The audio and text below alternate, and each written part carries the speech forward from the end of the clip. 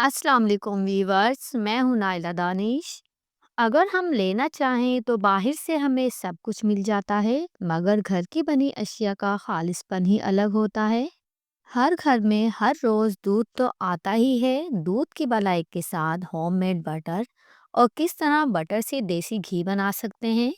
एकदम खालिस मक्खन और प्योर देसी घी मेरे तरीके से बनाना शेयर करूंगी। यहाँ पर मैंने 20 दिन दूध की बलाई फ्रीज़र में कलेक्ट की थी, यानी कि हर रोज़ एक ही बर्तन में बलाई को जमा करती रही। और अब इस बलाई को 3 से 4 घंटे पहले फ्रीज़र से निकाल कर रूम टेम्परेचर पर आने दिया था। अब जो कि ठंडा मौसम है, इसलिए फ्रीज़र से निकाल कर छुरी की मदद से बलाई को मैंने तोड़ लिया था, ताकि जल्दी रूम टेम्परेचर पर आ जाए। बलाई पर बिना दही का झाग लगाए भी मक्खन बना सकते हैं। मैं दही का इस्तेमाल नहीं करती।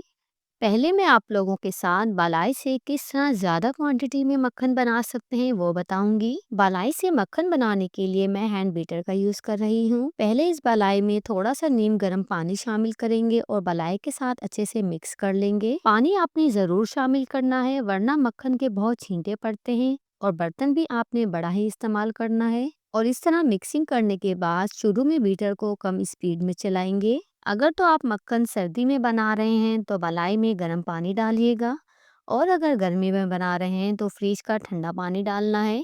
थोड़ा थोड़ा करके पानी शामिल करते जाएंगे। टोटल मैंने 2 कप पानी शामिल किया है। और तब तक इस मलाई को बीट करते रहेंगे जब तक मलाई से मक्खन अलहदा ना हो जाए। सिर्फ 1 मिनट बीट करने से ही मुकम्मल तौर पर मक्खन अलहदा हो गया है। मलाई से मक्खन बनाने के लिए ज़रूरी नहीं आप इलेक्ट्रिक बीटर का यूज़ करें। आप ये काम जूसर मशीन, ब्लेंडर या हैंड विस्क की मदद से भी कर सकते हैं। और अब इस मक्खन में बर्फ़ के टुकड़े डालेंगे। बर्फ़ डालने से तमाम मक्खन बहुत आसानी के साथ इकट्ठा हो जाएगा। इस तरह से तमाम मक्खन को इकट्ठा कर लेंगे और बिल्कुल भी मक्खन ज़ाया नहीं होगा। बर्फ़ डालने से मक्खन हार्ड हो चुका है और इस तरह से इसके पेड़े बनाएंगे और हल्का हल्का प्रेस करते जाएंगे ताकि तमाम लस्सी निकल जाए। तमाम मक्खन के पेड़े बर्फ के ठंडे पानी में रखते जाएंगे। मक्खन को ठंडे पानी में डालने की वजह यह है कि मक्खन हार्ड हो जाएगा और हम आसानी के साथ मक्खन से लस्सी को निकाल लेंगे, इस तरह प्रेस करते हुए। और एक बार फिर आपने तमाम पेड़े इसी तरह बर्फ के ठंडे पानी में डालने हैं, क्योंकि अगर मक्खन से अच्छी तरह लस्सी नहीं निकालते तो मक्खन से जब घी बनाते हैं तो घी से लस्सी की स्मेल ज़रूर आती है। अच्छी तरह प्रेस करते हुए तमाम लस्सी निकाल लेनी है।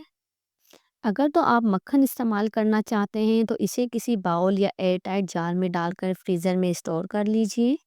बालाई से मक्खन बनाने का तरीक़ेकार तो मैंने आपके साथ शेयर कर दिया है। अब इसी मक्खन के साथ प्योर देसी घी किस तरह बनाते हैं वो भी आपको बताऊंगी। सबसे पहले एक पतीले में तमाम मक्खन निकाल लेते हैं। तकरीबन 1 से 1.5 किलो के करीब ये मक्खन है। शुरू में दरमियानी आंच पर मक्खन को मेल्ट होने देंगे। कंटिन्यूसली हल्का हल्का चम्मच चलाते हुए बटर को मेल्ट होने देंगे। और फिर जब इस तरह से उबाल आने लगे, घी पकने का अमल शुरू हो चुका है। इस पॉइंट पर फ्लेम को लो कर देंगे और तकरीबन लो फ्लेम पर 30 से 40 मिनट के लिए पकने के लिए छोड़ देंगे। और इस दौरान घी पकते हुए क्लाउडी फॉर्म से क्लियर फॉर्म में आ जाएगा।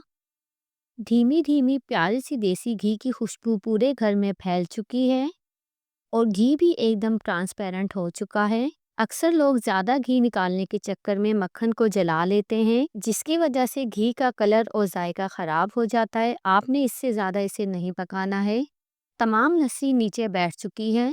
और जब घी मुकम्मल तौर पर ठंडा हो जाए तो एक स्ट्रेनर की मदद से इस घी को हम बाउल में निकाल लेंगे। बालाई से बटर और देसी घी बनाने का ये मुनफरिद और आसान तरीका आपको ज़रूर पसंद आया होगा। ताकत और सेहत से भरपूर घर के बने इस देसी घी के इस्तेमाल से आप खुद को और अपने बच्चों को सेहतमंद और तवाना बना सकते हैं। तकरीबन आधा किलो से 3 पाव के करीब देसी घी बना है। आप इसे काफ़ी टाइम के लिए भी स्टोर कर सकते हैं, किसी भी जार में डालकर। इसके जायके और अफादियत में कोई फ़र्क नहीं आएगा। अगर तो आपने अभी तक मेरा चैनल सब्सक्राइब नहीं किया है तो प्लीज़ मेरा चैनल सब्सक्राइब कर लीजिए। ये आपकी तरफ से मेरी हौसला अफजाई होती है। मिलते हैं नेक्स्ट वीडियो में एक नई रेसिपी के साथ। Take care. अल्लाह हाफिज़।